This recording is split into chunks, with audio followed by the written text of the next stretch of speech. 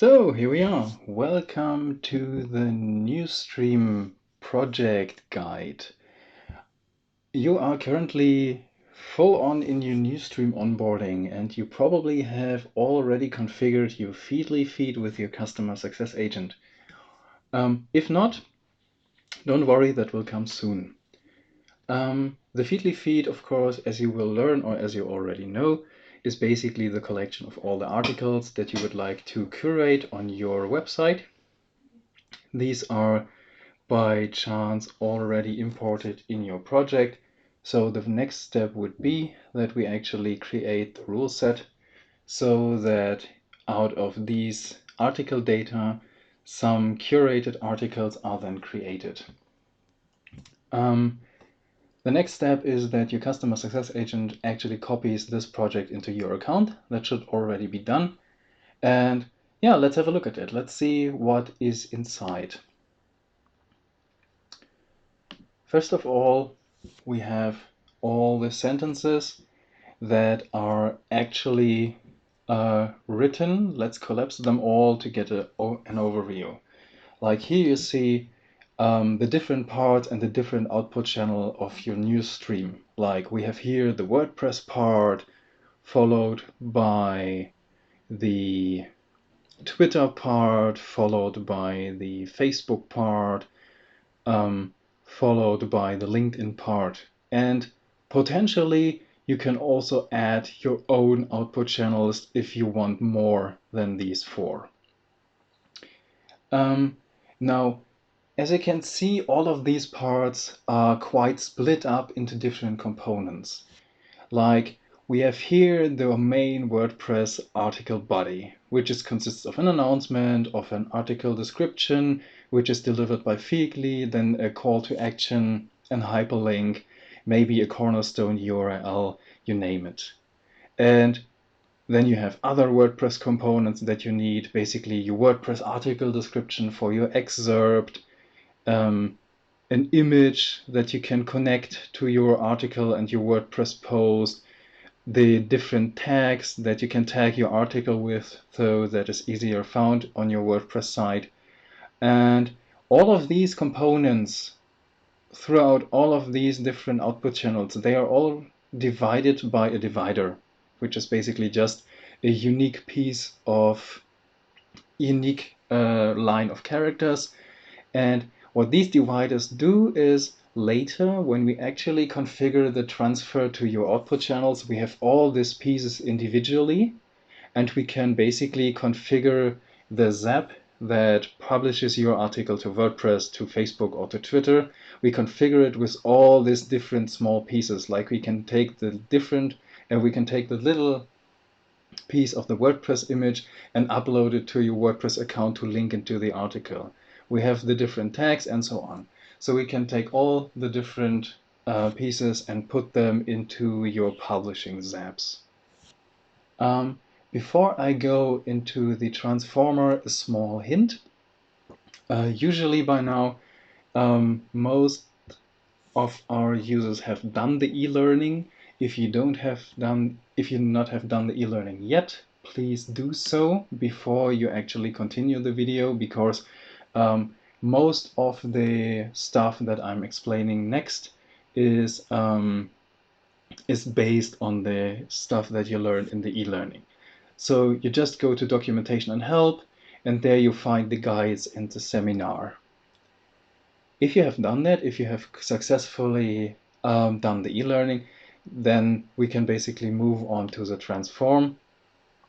And if you have not done the e-learning, you will immediately see why the e-learning might be necessary, because the e-learning is basically explaining all these different components of your rule set and what they actually do and what they actually are used for. So do the e-learning. I will not go over these in detail. I will just tell you the specifics of your Newsstream training. So first of all, let's get an overview from very far away. As you can see, your Newsstream training is not that big actually. It's pretty cleaned up. We have here a few of the data nodes that send data to your content, and Then we have two components that you might not have seen yet. First of all, these gray boxes. These gray boxes are, what you can see here, are comment nodes. These comment nodes have basically one purpose. You put them into your training, you can put other nodes into it, and then you can write a small comment that explains what these nodes do. And I have done this with all the components and the important parts of the training, that you can better find the parts that you are actually searching for. So let's go deep into the training. What does it do? You get your Feedly articles, and the Feedly articles has a title, and the Feedly article has content in it. And what the first subgraph is doing, that the first subgraph is all about keywords and hashtags. So if we go in here, you see lots of nodes, and these nodes are basically in conjunction with the keywords that we have defined in your Feedly account. Like for my training, I'm interested in climbing. I have done a little news stream about climbing articles. So I would like my news stream to trigger whenever the word climbing is included in the headline of an article. So this is what I've configured here. We have the article title, and the article title is basically checked for these two words, climbing or clattering. Now, all good and well. I have configured my first keyword, but for this keyword, it is very advisable that we do some other things. First of all, it is good when you find some synonyms for your keyword. Like, of course, you can change the keyword based on your language. Like in German, it is klettern, or maybe something like kraxeln or anything else. You can be creative there. And in English, it is climbing. Yeah, and you can find here all the different synonyms for your all the different synonyms for this keyword. The next thing, if you have defined the keyword for your content, is that you actually define a hashtag for this specific keyword.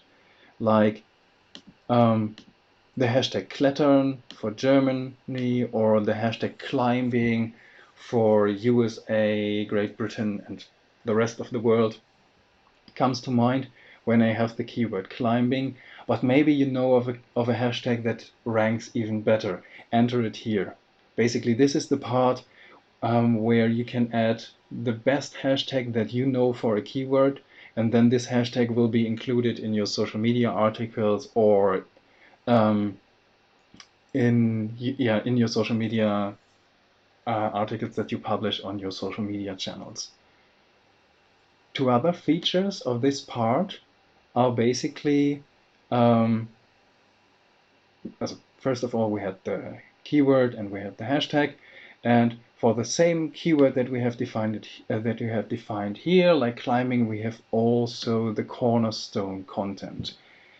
If you have not heard of cornerstone content yet, Google it. Basically, it is like a very, very well thought out and very lovingly written article about one topic, which you have put a lot of effort into it. Basically, something like a flagship article. Yeah, the sticky article in your forum, or the sticky article on your WordPress blog, where basically you want everybody to read it. Or it could also be an article that is dealing with this specific keyword, but which is also triggering some conversions. Maybe it is a specific shop site that you have for climbing. Okay, you can add this URL here, like you can see, and then you can link to this site in your curated article, and you will actually gain some traffic and some conversion out of your news stream. Like maybe you have an example URL to one of your German articles, or the other approach with the shop site is that, hey, it is about climbing, why not link about to my Black Diamond equipment shop, and then maybe sell some climbing gear? Why not? This is how it's done. And also, if you have your cornerstone URLs, you can also add your own cornerstone images. Yeah, maybe you basically have a library of images that are linked to your keyword. Well, just add the image URL in here for English and for German, and then basically you have your image URL delivered to your output channels, and we can configure them to be used in your WordPress post or as a preview in your social media channels like Facebook and Twitter. And these are basically the 4 nodes. We can zoom out a little bit. These are basically the 4 nodes and the 5 nodes that you would have to adjust for each keyword. And basically the comment nodes are just for your guidance, so you can find these to-dos. And here, down here, you have basically a section that you can copy and paste easily. Like everything is configured, you just go copy like this, and then you paste it in here, and then you have everything here for your new keyword. You draw it down a little bit, and basically the frame rate is tanking a little bit, but that should not worry us too much. Here, like this. And then you see all the content is still delivered to the other components that are then making the keywords, the hashtags, the URLs available to your content. So this is actually all pre-configured, and you just have to add new keywords in here and copy and paste this section. So let's clean this out so that it like this. This was the subgraph to topics and hashtags. The next thing would be the subgraph about emojis. Like, we are basically publishing social media articles, so emojis are more often than not a part of these social media articles, and we have a specific place where we place some emojis, and these emojis all come from this list. So if you would like to have different emojis added to here to get some variety, or maybe you have specific emojis that you would use in your social media post, add them in here, and they will be included in your content. The next subgraph is about tips and how-tos. This is basically a subgraph where you don't have to do anything. This subgraph identifies specific article types like tutorials, how-tos, and writes sentences accordingly. Like if it is a normal article, it states, hey, this article should interest you because it is about climbing. If it identifies the article as a how-to, maybe it writes a sentence like this tutorial will greatly improve your climbing, something like that. And yeah, that's about this subgraph. You can have a look at it, but you don't have to change anything there. The configuration is already in place. Then the next subgraph is another metric that we have built into the content. This is about text length and reading time. In here are some calculations on how much time the customer will, the reader will need to consume the article and to read it. And yeah, maybe it is interesting for you to include this information. There's already a sentence in the content. You will see it. The name is reading time. And this is basically where all the reading time for an article is calculated, but you don't have to change anything in there. You can just have a look at it, see at the logic, have a look at the logic that we configured in here.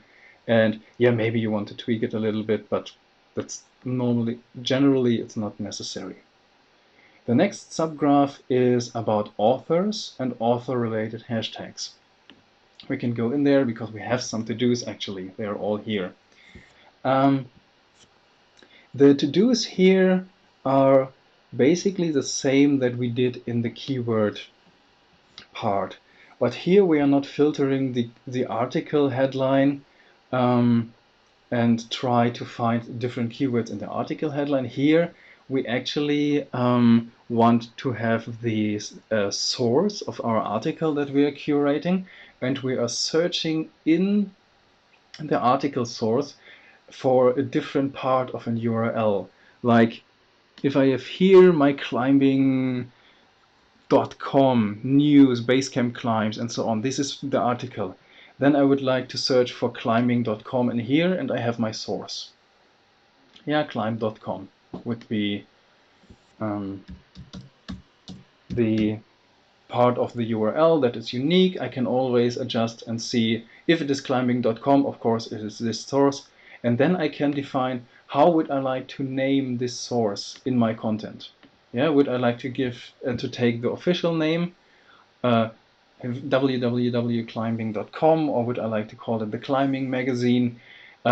This is mainly if a source has a different type of nickname. Like we have a newspaper which is called the Huffington Post, and the Huffington Post's nickname is also the the Huff Post. Then you can write it in here to shorten it a little bit. Or if the source name of the article is actually something like Huffington Post Newsstream about, or feed about artificial intelligence uh, and technology, then you can just shorten it to Huffington Post. Thank you very much. Really like to include this into the content because it is shorter. Here you can then add different names for your sources. And also, which is also very important, okay, you have your source here, you have basically the source name, this is all fine and dandy, but most of the time the different sources have quite creative hashtags. Like basically the Huffington Post is never called hashtag Huffington Post. Hashtag Huffington Post is not ranking very well. What is actually the official hashtag for the Huffington Post is hashtag HuffPost. But this is something that the machine will never learn. And so for each source you can define here your hashtags that are best ranking for this source, like author names. And by this, of course, here you have your part which you can actually copy and paste again. By this you can always configure the best hashtags for your authors and your keywords. So that was the subgraph about authors.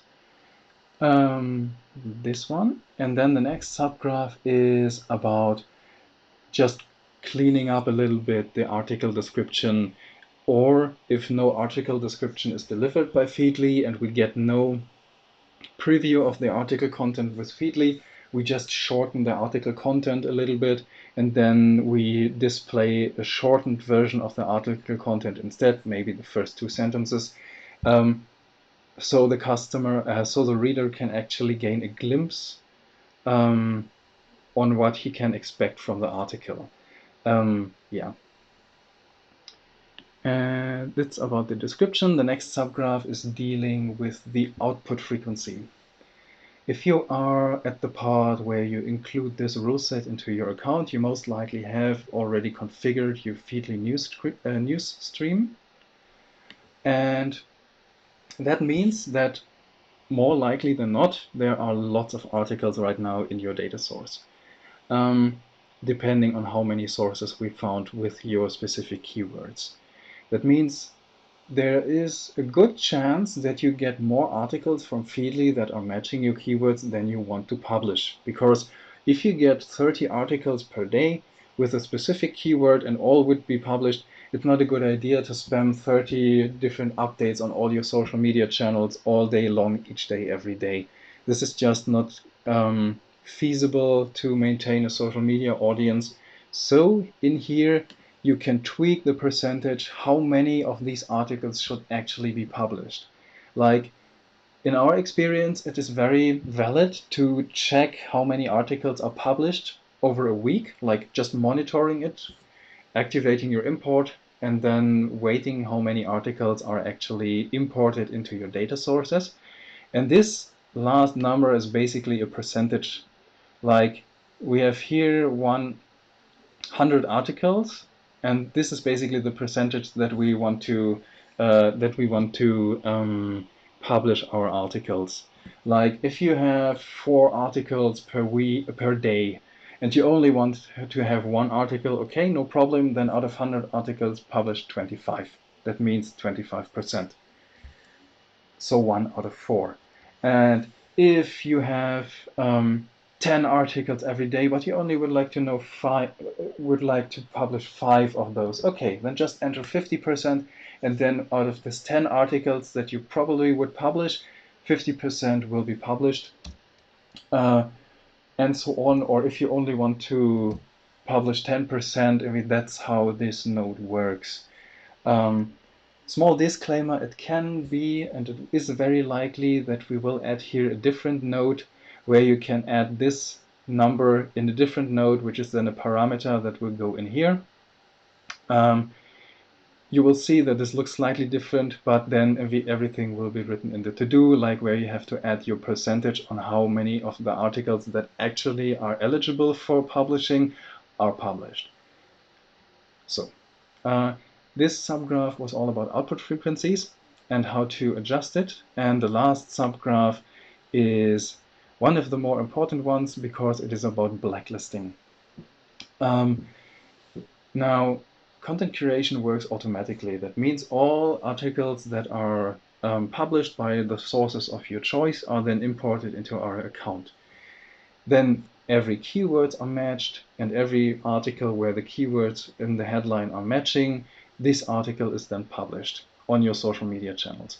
Is this how we want it? No, of course not. If there is some competitor of us that is sponsoring the article and the competitor's name is all over the title and article, we don't want this article on our site. This is so the blacklisting subgraph is basically to configure here all the different keywords that we would like to